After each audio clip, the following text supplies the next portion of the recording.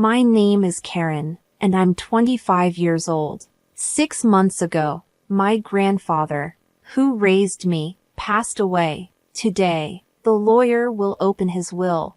I was visiting my grandfather's house with my sister, Susan, who is 4 years older and my only family. Our parents died in an accident 20 years ago, and since then, our grandparents raised us. After my grandmother passed away from an illness a few years ago, my grandfather's spirits declined year by year, and he frequently fell ill. Concerned, I lived in an apartment near his house and often checked on him.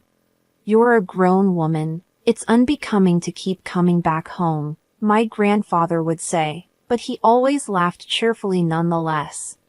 Then one day, as I visited like I usually did, I found him lying in pain at the entrance. Panicked, I called the ambulance, but my grandfather passed away just like that.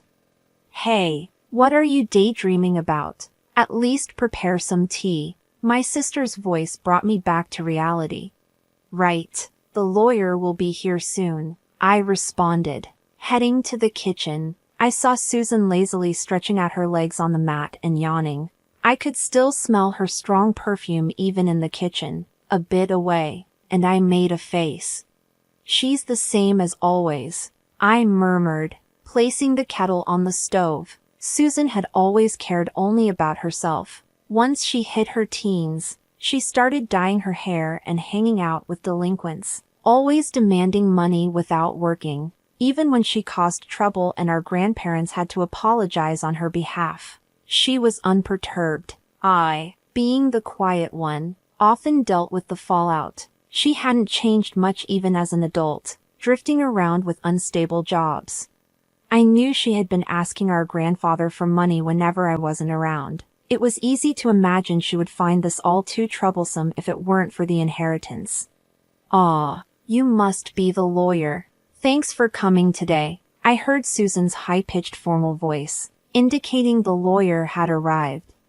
I hurriedly placed tea leaves into the teapot and headed toward the entrance. "Thank you for coming today." I had met the lawyer at the funeral. His eyes were as kind as my grandfather's, and a lawyer's badge shone brightly on his chest. After offering incense in front of my grandfather's portrait, he took a sip of the tea I served and then took out my grandfather's will. It had been entrusted to him while my grandfather was still alive.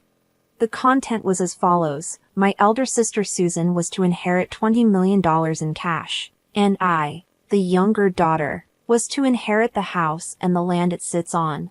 Upon hearing this, Susan burst out laughing. $20 million in cash for the elder daughter and only an old house for the younger one? How hilarious! It's just right for someone as plain as you. "It's not just the house. There's also the land," I retorted. Susan laughed snidely. "The value of this land in such a godforsaken place is hardly surprising. I would have preferred cash. I guess Grandpa must have had a soft spot for me after all." I can't deny that I was a bit shocked. I suppose my grandfather wanted me to protect his beloved house and land where he spent his life with my grandmother. A house and land? That's pretty awesome, isn't it? Brian, my boyfriend, exclaimed in surprise after hearing my story. I shook my head, implying it wasn't as great as it sounded. Not really. My sister inherited $20 million in cash. That's more impressive. Saying it out loud, I felt a sense of emptiness, even though I was being modest. Verbalizing it felt like an acknowledgement. "Wow, beautiful and rich. She's got the better deal," Brian said insensitively. Realizing his gaffe, he quickly added, "Your comfort means more to me than money, Karen."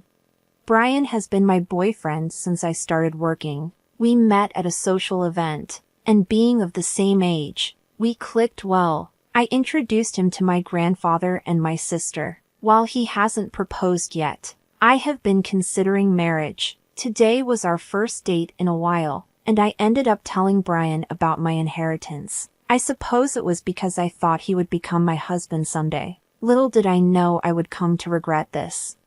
A few days later, I visited the family home I had inherited from my grandfather. I intended to clean and sort out his belongings. The property was large, but the house was modest. I figured I could manage it on my own. As I looked around the house, I pondered. It's close to my workplace. Maybe I should move here. Living here leisurely with a cat doesn't sound too bad. There would be no rent to pay, and while there might be maintenance costs, I've been working hard and saving, so it shouldn't be a problem. Maybe someday with Brian. Feeling embarrassed at the thought, I shook my head vigorously and rolled up my sleeves to begin cleaning.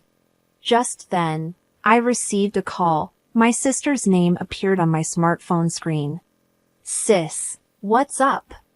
Hey, Karen, having fun all by yourself in that old house? My sister seemed to be drunk. She always had a unique way of extending her words, but today it was particularly bad. Are you drinking? It's still afternoon, I pointed out with a sigh. Oh, you're such a goody two-shoes. She sighed exaggeratedly. She had definitely been drinking. I was thinking about moving here eventually, I answered, hoping to end the conversation quickly. Really? I'm enjoying a suite in a luxury hotel right now, my sister said, raising her voice in a somewhat exaggerated way. Guess who I'm with right now? I have no idea. Boring. It's that kind of attitude that'll make Brian dislike you, she taunted. I'm sorry, Karen. I was flabbergasted when Brian's voice took over the line. The sudden intervention threw me off balance, dizzying question marks popping up in my head, but I pushed away my imagination, though a disgusting scenario had already formed in my mind. Surprised. Huh? My sister's mean-spirited voice chimed in. Ever since I introduced him to her, she had found Brian quite a catch. She boasted about how she had been attracted to him since then, knew where he worked because of me, and approached him as soon as he left work. He came along readily when she asked, telling her she was hundreds of times more attractive than me. I listened in stunned silence. Karen, I'm really sorry. Brian's voice again. Tell me it's a mistake, I tried to say, but the words wouldn't come. As a man, I had to take this opportunity. What? I do feel bad about it, but come on, it's impossible to resist a beautiful woman who has $20 million, right? The way he spoke, as if asking me to understand, drained my emotions. I felt a cold sensation like my blood was being drained from me. You know what? I don't need a man like you. I could hear my sister laughing uproariously in the background. The voice on the phone changed back to her. Well, that's how it is. From now on, let's not consider ourselves sisters, okay? I wouldn't want you turning to me just because you're broke. With those words, she ended the call, overwhelmed by emotions that had lagged behind. All I could do was cry out. 5 years have passed since then. I had a cat in my lap, dozing off in front of my laptop. The cat purred contentedly in its sleep. Today was my day off, but I still had a bit of work I brought home. Oh no, this won't get the work done, I said, feeling guilty but having to move the cat off my lap. Just as I reached out, my phone started to ring. An unfamiliar number was displayed. Thinking it could be work-related, I answered the call without any suspicion. Hello? Karen, long time no see. I instantly knew who it was and froze. The distinctive way of speaking was unmistakably my sister's. It's you, Karen, isn't it? I can tell just from your initial hello. After all, I'm your big sister. 5 years had passed, making Susan 34. A smirk formed at the corner of my mouth at her unchanging way of talking. You're just the same. By the way, I came home and there's a hotel standing. Did you sell the house? That's none of your business. Oh, come on. It's quite a grand hotel. Huh? You must have made a good chunk of change. Huh? Getting fed up. I was about to end the call when she started to chatter about her current situation. According to Susan, she had blown through the inheritance in about 2 years. Now she even had a considerable amount of debt. Even Brian, who she's still hanging around with, seemed to be drowning in debt. I was speechless. Honestly, I couldn't care less. So, lend me some money, Susan yelled. I've always wondered why Grandpa distributed his estate that way, I answered calmly. But on the day you took Brian from me and cut ties, I understood. I started talking slowly, recalling the events of 5 years ago, when Brian broke up with me. I was crushed. After crying my heart out, I sat dazed in my room, staring into space. I'm such a fool, I murmured. As large tears began to spill again, my gaze fell on a painting I had made as a child and had gifted to my grandfather. He had framed it and kept it hanging lovingly. Rising unsteadily, I picked up the painting. Grandpa. Nostalgia and loneliness welled up, and tears started to come again. Suddenly, something dropped from the back of the frame. Picking it up, I saw it was a fresh sheet of note paper addressed to me. I remembered how, when I was little, I used to stick notes on the back of this frame and exchange secret messages with my grandfather. It was like a family journal, knowing that I was to inherit the house. He probably figured I'd find this note. I'm glad I noticed. I shuddered at the thought that I might have missed it. The letter was dated just before my grandfather passed. To Karen. I knew you'd definitely notice this letter. Right now, you're probably wondering why I distributed my estate in such a manner, cash to your sister and an old house and land for you. It may seem like I favored Susan, but that's not the case. Despite any claims of favoritism, I wanted to leave most of my estate to you, who cared for me till the end. I finally understood what had been bothering me. No matter what, Grandpa thought more of me. I was deeply hurt by Susan's words at that time, despite having loved my grandfather more. A kind of jealousy. I continued to read the letter. But Susan would not be satisfied with a regular division, even as her grandfather. I must admit she's terribly greedy. Exactly, Grandpa, I thought. She even took my boyfriend from me. That's what I wanted to tell him in my heart. That's why I arranged it this way. If at first glance Susan appears to have received the better deal, she won't pay attention to your share. The value of this land in our area is continuously increasing due to ongoing urban development. As of the time I'm writing this, it's not worth Susan's $20 million yet, but the value will surely increase in the future. You can live here if you're attached to it or sell it when its value rises enough to make a good profit. All I want is for you to be happy.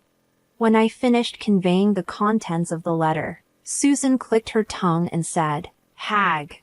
I lived in that house for a while, but when my marriage was settled, I decided to sell the house. Just like Grandfather's letter said, the land value had risen enough anyway. I'm never lending you money.